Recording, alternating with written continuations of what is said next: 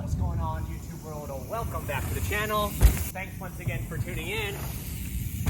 I'm Dusty, and you already know it's the Shred Academy. Here at the Shred Academy, we are firm believers that the slower you can take a drop, the better you are at drops. Drops should not require speed for you to be successful. You should be relying on your good form. And that's why today we're going to talk about form for drops and how to perfect your timing for drops. Even though there's so many styles of drops, step down, slow ones, fast ones, there's only really two ways you can go off a drop, or that you should go off a drop. If you need to create a little arc, the J-hop. If it's a drop that you're going slow and it's too big to just roll, or a drop that has trail speed and you're gonna kind of just ride off, you're gonna use the push. But in today's video, we'll focus on timing for the push because you can use the bump jump to perfect your timing for a J-hop for jumps or drops. First, let's differentiate between a front wheel lift and the push. The goal of the front wheel lift is to get the front wheel high off the ground for a number of reasons, either for a bunny hop, to do a front wheel lift and then do a rear wheel lift. It is used when going off the lip of a jump. And to achieve this wheel lift, we go through a number of body weight preloads and weight shifts so that we can use our body weight to lift the front wheel higher off the ground. While the goal of the push isn't to achieve front tire height, but to create forward bike momentum, create a slight bit of front tire lift, but in essence just to have the front tire plane straight out as you shift your weight onto the back of the bike. The motions to achieve the push are similar to the front wheel lift, but differ in a variety of ways. You're no longer having a downwards body weight preload before your weight shift back. You're actually going to be slightly preloading into the front of the bike so that then you can push the bike out from underneath of you, creating forward momentum for the bike, which is going to aid you in lifting the front wheel just slightly. Not only does the front wheel lift and push have different goals and motions, they have different end results. Watch here as I do a front wheel lift, bring myself up centered over the bar, and then bam, look how hard I land on the front fork. But we'll go to the push, and while we get front wheel lift, we don't nearly get the same impact upon the front wheel reaching the ground again. Now again, with these style drops where you're not trying to create any arc to make it to your landing, but in these style drops, we just need the front wheel to actually just plane straight out off the edge of the drop so the front wheel doesn't just automatically fall down towards the ground and send us over the bars. We're going to utilize the push and land straight over the bottom bracket, nice and soft without this big head slap like the front wheel lift would. Just a quick note for the ladies and shorter riders out there, just like in the front wheel lift, if your seat when slammed isn't actually all the way down and it's still up enough where it's affecting you going backwards and forwards on the bike comfortably and you don't have a whole lot of seat butt separation, that could be hindering this skill for you. As well, if your bars are too wide and as you go backwards, you're really not able to get your upper body away from the front of the bike, you may want to shorten your bars so that as you bring your body back, you can get it away from the front of the bike. Remember guys, wide, but not too wide. Break down the motions and mechanics of the push, and then we'll perfect our timing. Now, just like in the front wheel lift, you want a nice flat area to practice this in with minimal roots that are gonna get in your way and bump your bike around. Now, the first thing we're gonna have to do is find out how fast we should go. Too slow, and you're gonna find it hard to keep your balance side to side while also trying to perfect these motions. Too fast, and with a slight miscalculation, you could find yourself on the ground and no longer being able to practice the skill. And just like with the front wheel lift, I have found that 5 miles an hour gives you plenty of balance control with also being safe if things go wrong. So we have our speed. How should we approach?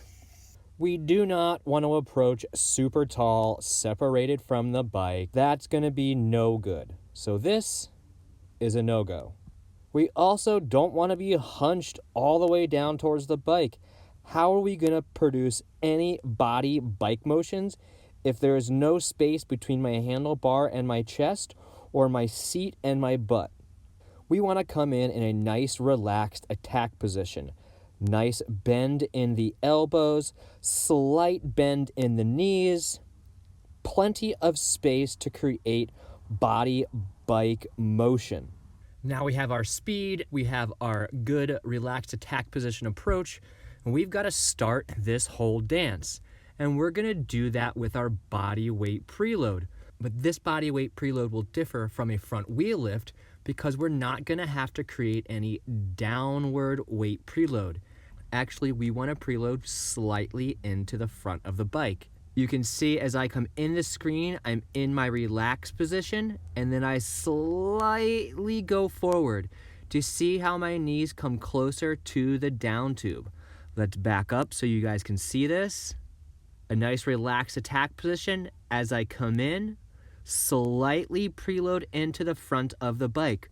Slightly. I don't mean bring your shoulders all the way in front of the handlebars. Let's not get carried away. This slight body weight preload forward is also not meant to push down on your suspension. Don't push down on the fork. Once you preload your weight slightly into the front of the bike, you should have a little bit of weight in your arms, and your toes should now be pointed out of the wedge.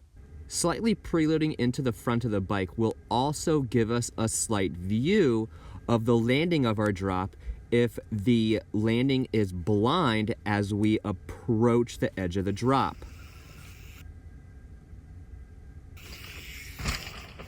Let's recap this preload. Again, we're not going to be forcing our body weight down. We don't want to be engaging the fork. We just slightly want to be preloading our weight forward over the handlebars, slightly. Don't bring your shoulders out over your front axle. That's it, guys. That was the preload. Don't make it forceful.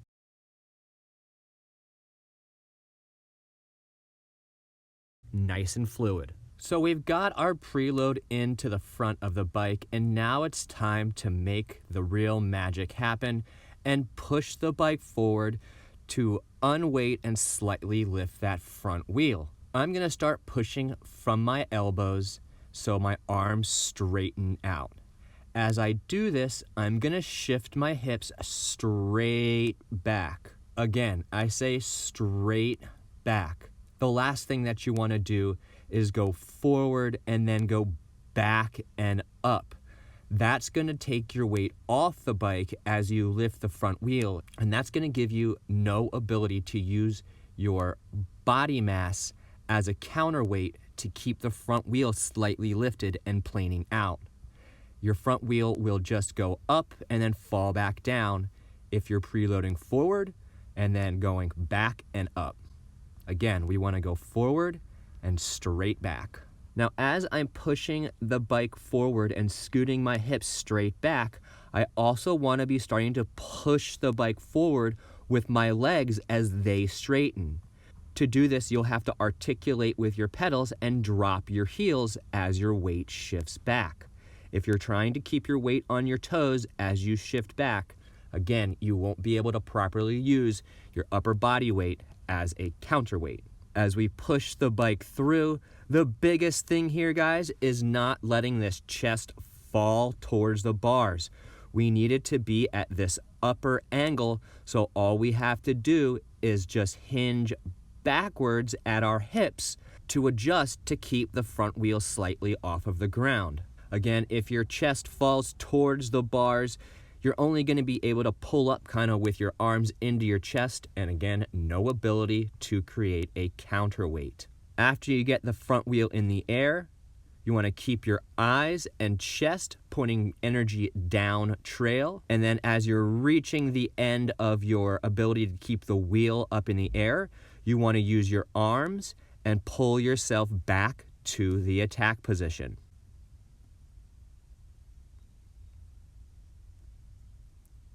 And then you'll end back in the wedge. So let's summarize.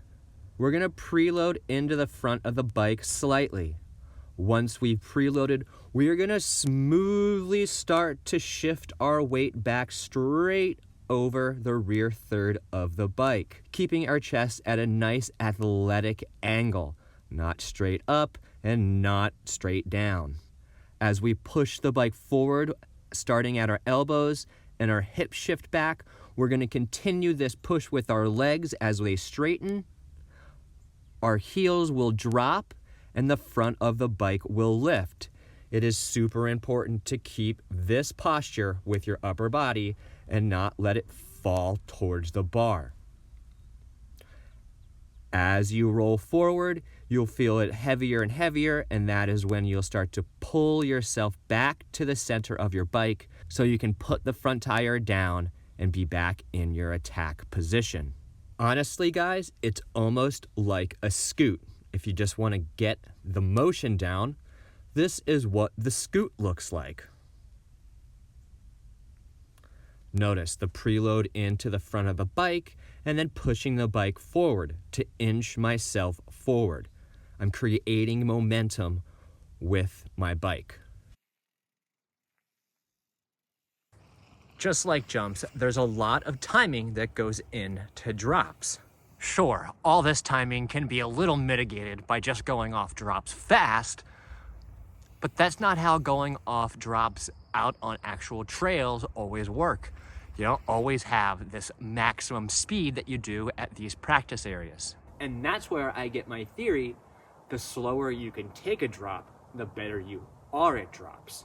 So to master this timing, we're going to employ the bump jump for drops. We'll call it the bump drop. We're going to do the same thing that we did for a bump jump. We're going to get a stick. We're going to place it on the ground. Now this stick is going to represent the edge of the drop.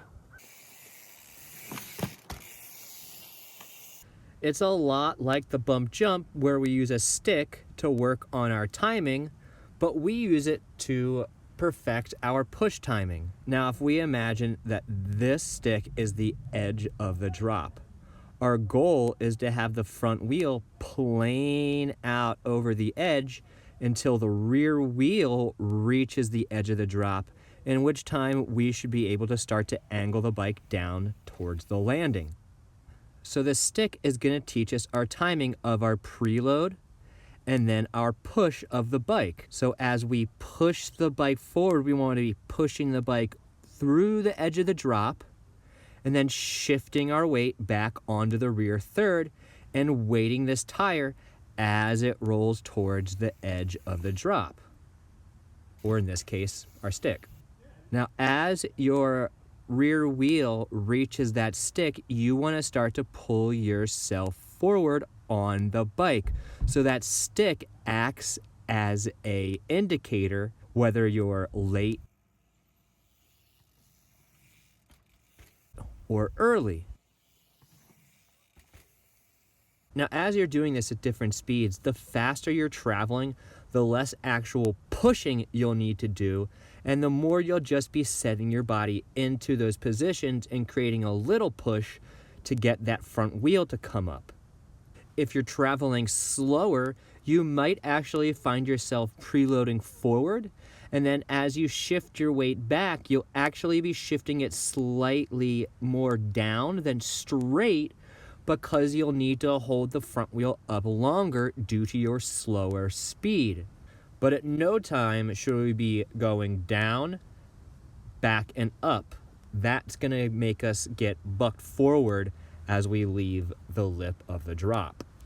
Now, once you feel like you've mastered this bump drop, we can go to a set of progressive drops. Now, I do suggest if you're new to this, you start small and work your way up. As you're practicing, make sure to vary your speeds. This is going to help you determine whether you're early or late pushing off the drops. And eventually, you'll progress to know the timing and form for different speeds. For instance, this drop, going slow, little early, little progression, spot on. Add some speed to it. Let's go back and have a look just at that one. With a little bit of speed, I don't need as much push, but I still go through the motion. Slight look in the body weight preload, and then shifting my weight back. Pulling myself forward, landing right over the bottom bracket. Same thing at higher speeds. Approaching nice and relaxed. Small look. No push, but still putting my weight into the back of the bike. Now, the faster you go, the more this push starts to look like a scrub off of a drop, and we'll make a video that covers all that shortly. But for now, the bump drop can help you perfect your timing on these style drops at different speeds. Remember, slight look, straight back over the rear third. Don't be early, and don't be late. Be right on time. All right, guys. That's gonna do it for our drop form and timing video. I hope you enjoyed the content, and if you did, please make sure to let me know in the comments. And always make sure to like, share with your friends, and make sure you're all subscribing. Our goal is 10,000 subscribers and beyond. With spring right around the corner, if you'd like to make sure that there are plenty of videos for you to watch this coming summer to help your skills, please make sure to become a Patreon. My Patreons are the true sponsors of this channel, and these videos would not be possible without them. So thank you guys very much. Now, if this video resonated with you and you'd like to send me just a little thank you tip, please use my PayPal or my Venmo. The links are in the description, as well as the Patreon link. I do have just a few t-shirts left. Please go scoop those up so I can get a summer batch out. And yeah, if I don't see you until the next video, please make sure to ride hard, ride safe, and always be kind to each other. And if I do see you out here on the trail, make sure to come say hello. I'd like to thank you for watching the videos and find out why you love mountain biking just as much as I do. But until that time, guys, keep the rubber side down. I almost forgot what I was supposed to say there.